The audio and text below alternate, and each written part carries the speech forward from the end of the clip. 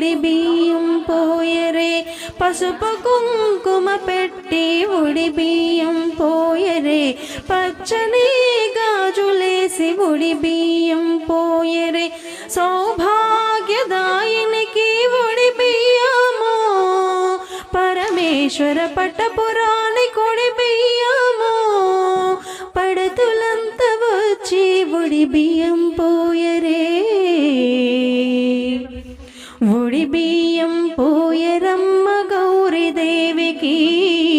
పరమ పావని అయిన పార్వతమ్మకి పోసేవారు పొయ్యండి ఉడి బియ్యము చూసేవారు చూడండి పండగ